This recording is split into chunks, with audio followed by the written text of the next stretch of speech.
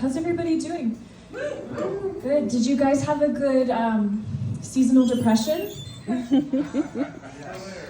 Me too. Yeah.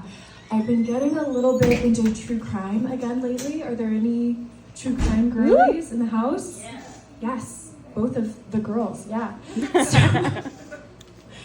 Yeah, it's basically a part of girl culture at this point, right? You know, like, and I think it's for like really normal reasons, okay? Like we're just trying to gather information to avoid our inevitable murders, right? Yeah. Like we do really normal things, my friends and I, like share our location when we're gonna meet someone new, or like text the group chat. We'll text a selfie, be like, outfit I went missing in, LOL. And yeah, and the responses are also very normal. They're like, oh, babe, you look so hot right now, I will avenge you. Can you imagine though, like, how those text messages would look to the podcast exploiting my actual murder? They would be so confused, right? Well, all seemed rosy on the surface. Did she have some premonition of her impending doom? Maybe. But do you guys ever watch crime shows, right? Like some of you gotta watch crime shows. Have you guys noticed that the voiceovers, they always describe the murder victim like they're a hero in a young adult novel? Anybody? Yeah. They're like, her smile was magnetic. She could light up a room.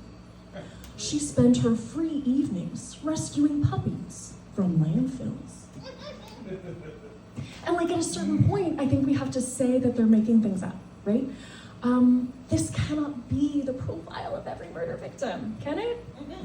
You know, they're making things up.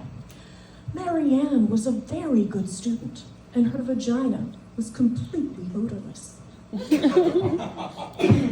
making things up. So here's my plan. Here's what we do. Okay, we get a different show where they're like committed to like really showing who people are. Okay, stay with me. It's the Great British Baking Show. Right? So we take the voiceovers from that, sub them in, we get a little collab going. Right? It's gonna be something like this.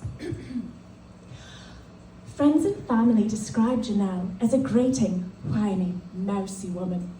While her partner was very sad when he awoke on the morning of her demise, he was also somewhat relieved.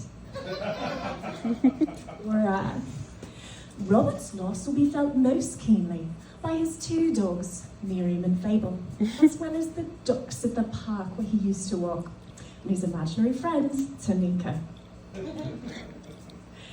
Yeah, so those are my true crime jokes.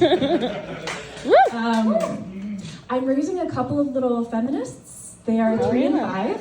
Yeah, and we don't know a lot of men. We're a very femme house. Even our dog is a lesbian. So they don't know a lot of men, but they do have opinions about them. Okay, so my 3 and 5-year-old, they've been playing this game where they pretend to be boys, and the boys' names are Kulu and Bum Bum. So it's a consistent game. So Kulu will just go around hitting his head on things, and then he says, ho ho. They're 3 and 5. And then Bum Bum, he just explains math badly. And like, I swear, I'm not giving them this, I'm not telling them that men are stupid. I promise, not where they can hear. But like, I can see where they might be picking it up for themselves, you know? So not too long ago, I was at work and I overheard this phone conversation, okay? So this woman seemed just like a saint, very patient woman, and this is what I heard. Yeah, okay, Derek, so if you don't want spaghetti and you don't want cereal, there's ham in the fridge. Yeah, well, if the bread's on the counter, Derek. Yeah, by the fridge. Okay. Well, you know, you could choose mayonnaise or mustard. Yeah, it's in the fridge, Derek. And I'm just like, oh my God, this woman, this saintly woman, she's so patient, explaining to her 9-year-old son, Derek, who is home alone for the first time, how to feed himself. And she goes on, yeah, okay, honey. Okay, yeah, so just make sure, you gotta get the car washed today so you can take your mom out for her birthday on Sunday, okay? Yeah, okay, love you too, honey.